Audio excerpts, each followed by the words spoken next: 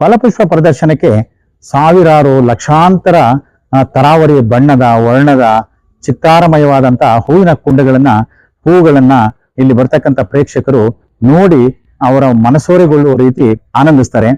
ಇದಕ್ಕೆ ಪ್ರಮುಖವಾಗಿ ಈ ಒಂದು ವಿಶೇಷವಾದಂತ ಸೊಬಗಿನ ಹೂಕುಂಡಗಳನ್ನ ಬೆಳೆಸುವುದು ಹೇಗೆ ಅಂತಕ್ಕಂಥ ಕುತೂಹಲ ಬಹುಶಃ ಬಹಳಷ್ಟು ಜನರಲ್ಲಿ ಇರುತ್ತೆ. ನೋಡಿ, ಈಗ ಒಂದು ಪ್ರದರ್ಶನವನ್ನ ನಾವು ಜನವರಿ ಅಥವಾ ನಾವೇನು ಆಗಸ್ಟ್ ಮಾಹೆನಲ್ಲಿ ಏನ್ 2 ಪ್ರದರ್ಶನಗಳನ್ನ ಮಾಡ್ತೇವೆ. ಈ ಪ್ರದರ್ಶನದ ಅವಧಿ ಕೇವಲ 10 ರಿಂದ 12 ದಿವಸ ಇರುತ್ತೆ. ಆ 12 ದಿವಸದಲ್ಲಿ ನೂರಾರು ಬಗೆಯ ಹೂಗಳು ಎಲ್ಲವೂ ಕೂಡ ಹೂಗಳಲ್ಲಿ ಇರ್ತಕ್ಕಂಥದ್ದು. ಇದು ಬಹಳ ನಿಜಕ್ಕೂ ಕೂಡ ಒಂದು ಬಹಳ ವಿಶೇಷವಾದಂತ ಒಂದು ಕುತೂಹಲದ ಸಂಗತಿ ಅಂತ ಹೇಳ್ಬೋದು. ಈಗ ಒಂದೊಂದು ಗಿಡಗಳು ಕೂಡ ಒಂದು ಹೂ ಬಿಡ್ಲಿಕ್ಕೆ ತನ್ನದೇ ಆದಂತ ಕಾಲಮಿತಿಯನ್ನು ಹೊಂದಿರ್ತವೆ. ಈಗ ಒಂದು ಉದಾಹರಣೆಗೆ ತೆಗೆದುಕೊಳ್ಳೋದಾದ್ರೆ ಕಾಕ್ಸ್ಕೋಮ್, ಅದು ಮಿನಿಮಮ್ ಅಂದ್ರೆ ನಮಗೆ ಕನಿಷ್ಠ ಅಂತಂದ್ರೂ ಕೂಡ 4.5 ತಿಂಗಳು ಬೇಕು.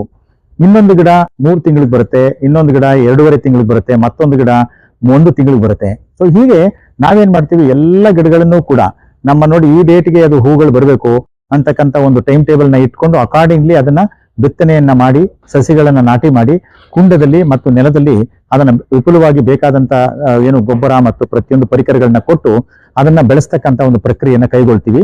ತದನಂತರ ಅದು ಆಕ್ಚುಲಿ ಒಂದು ಫಲಪುಷ್ಪ ಪ್ರದರ್ಶನಕ್ಕೆ ಎಲ್ಲ ಕುಂಡಗಳು ಕೂಡ ಹೂಗಳಿಂದ ಬಂದು ರಾರಾಜಿಸ್ತಾ ಇರ್ತದೆ. ಸೊ ಈ ಒಂದು ಪ್ರದರ್ಶನದಲ್ಲಿ ನೀವೇನ್ ನೋಡ್ತಾ ಇದ್ದೀರಾ, ಸುಮಾರು 200ಕ್ಕೂ ಹೆಚ್ಚು ವೈವಿಧ್ಯಮಯವಾದಂತಹ ವಾರ್ಷಿಕ ಹೂಗಳನ್ನ, ಬಹುವಾರ್ಷಿಕ ಹೂಗಳನ್ನ ನಾವು ನೋಡಬಹುದು. ಸೊ ಇಲ್ಲಿ ಪ್ರಮುಖವಾಗಿ 3 ವಿಧದ ಪುಷ್ಪಗಳಿವೆ. ಅದರಲ್ಲಿ ಒಂದು ಟೆಂಪರೇಟ್ ಫ್ಲವರ್ಸ್, ಶೀತವಲಯದ ಹೂಗಳು, ಟ್ರಾಪಿಕಲ್ ಫ್ಲವರ್ಸ್ ಮತ್ತೆ ಸಬ್ ಟ್ರಾಪಿಕಲ್ ಫ್ಲವರ್ಸ್.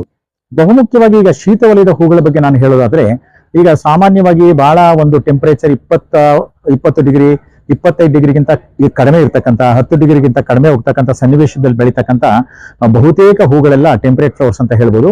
ಈ ಬಾರಿಯ ಪ್ರದರ್ಶನಕ್ಕೆ ಸುಮಾರು 35ಕ್ಕೂ ಹೆಚ್ಚು ಆಕರ್ಷಕಮಯವಾದಂತಹ ಟೆಂಪರೇಟ್ ಫ್ಲವರ್ಸ್ ಅನ್ನ, ಶೀತವಲಯದ ಫ್ಲವರ್ ಗಳನ್ನ ನಾವು ಇಲ್ಲಿ ಜೋಡಣೆ ಮಾಡಿದ್ದೇವೆ.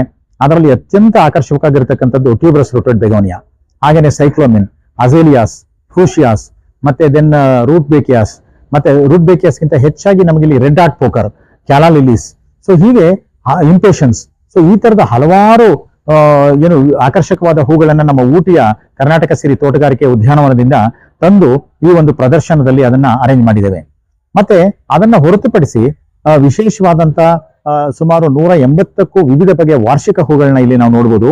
ಅದರಲ್ಲಿ ಪ್ರಮುಖವಾಗಿ ಹೆಸರಿಸಲೇಬೇಕಾದಂತ ಹಲವಾರು ದಾಸವಾಳಗಳಿರ್ಬೋದು, ಮತ್ತೆ ನಮಗೆ ಸಾಲಿಯಾ ಇರ್ಬೋದು, ದೆನ್ ಅಲ್ಲಿಂದ ಬಂದ್ರೆ ಇಂಪೇಷನ್ಸ್ ಇರ್ಬೋದು, ವಿಂಕಾ ಇರ್ಬೋದು, ದೆನ್ ಈ ಕಡೆ ನಾವು ನೋಡ್ತಾ ಇದೀವಿ ಮತ್ತೆ ಕ್ರೈಸಾಂಥಮಮ್ ಇರ್ಬೋದು, ಸೇವಂತಿಗೆ ಇರ್ಬೋದು, ಮತ್ತೆ ಆರ್ಕಿಡ್ಸ್ ಇರ್ಬೋದು, ಪೆಟೂನಿಯಾಸ್ ಇರ್ಬೋದು. ಹೀಗೆ ಬಹಳಷ್ಟು ವಿಶೇಷಮಯವಾದಂತ ಹೂಗಳ ಒಂದು ಚಿತ್ತಾರವನ್ನ ನಾವು ಈ ಪ್ರದರ್ಶನದಲ್ಲಿ ನೋಡ್ಲಿಕ್ಕೆ ಸಾಧ್ಯ ಆಗ್ತಾ ಇದೆ. ಮತ್ತೆ ಇನ್ನೊಂದು, ಈಗ ನಾವು ಗಾಜಿನ ಮನೆಯ 12 ಮೂಲೆಗಳಲ್ಲೂ ಕೂಡ ಪಿರಮಿಡ್ ಆಕಾರದಲ್ಲಿರ್ತಕ್ಕಂಥ ಸ್ಟೆಪ್ ಮೇಲೆ ಒಂದು ವಾರ್ಷಿಕ ಹೂವಿನ ಕುಂಡದಲ್ಲಿ ಬೆಳೆದಂತ ಗಿಡಗಳನ್ನ ಜೋಡಣೆ ಮಾಡಿದ್ದೀವಿ. ಸೊ ಗಾಜಿನ ಮನೆಯಲ್ಲಿ ಪ್ರಸ್ತುತ ನಾವು ಮಾಂಡೋವಿಲೆ ಮತ್ತೆ ಇಂಪೇಷನ್ಸು, ಕ್ರೈಸಾಂಥಮಮ್ಮು, ಸಾಲ್ವಿಯಾಸು, ಟೊರೇನಿಯಮು, ಹೀಗೆ ವೈವಿಧ್ಯಮಯವಾದಂತಹ ಹೂಗಳನ್ನ ನಾವಲ್ಲಿ ಜೋಡಣೆ ಮಾಡಿದ್ದೇವೆ.